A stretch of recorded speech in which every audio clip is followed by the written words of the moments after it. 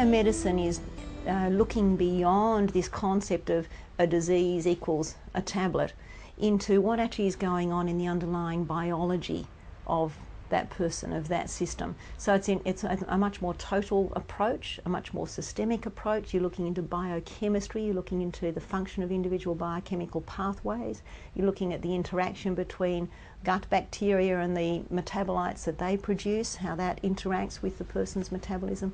So it's a much broader way of looking, much more complicated, much more rewarding.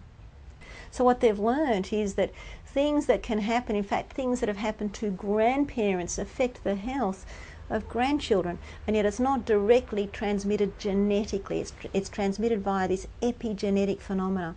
And so the better the nutrition, the more folate, the more B12, the better the total nutrition, then the better parts of the genetic code are going to be covered.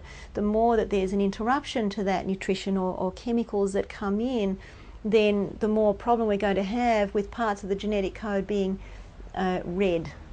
And so wrong parts can get read and it can affect the health coming down the generations. I truly believe that we've been performing a massive experiment in the last 50 odd years of last century and now with all this artificial food, this refined food, and it's failing. So it's not just the children who are being affected, it's not just the children who are having disease. We only need to look at what's happening with the baby boomers, with a dramatic rise in diabetes, dramatic rises in our heart disease, in cancer, Alzheimer's disease. All these things are going up, mental diseases, they're all going up. And our diet has a huge part to play in all of that.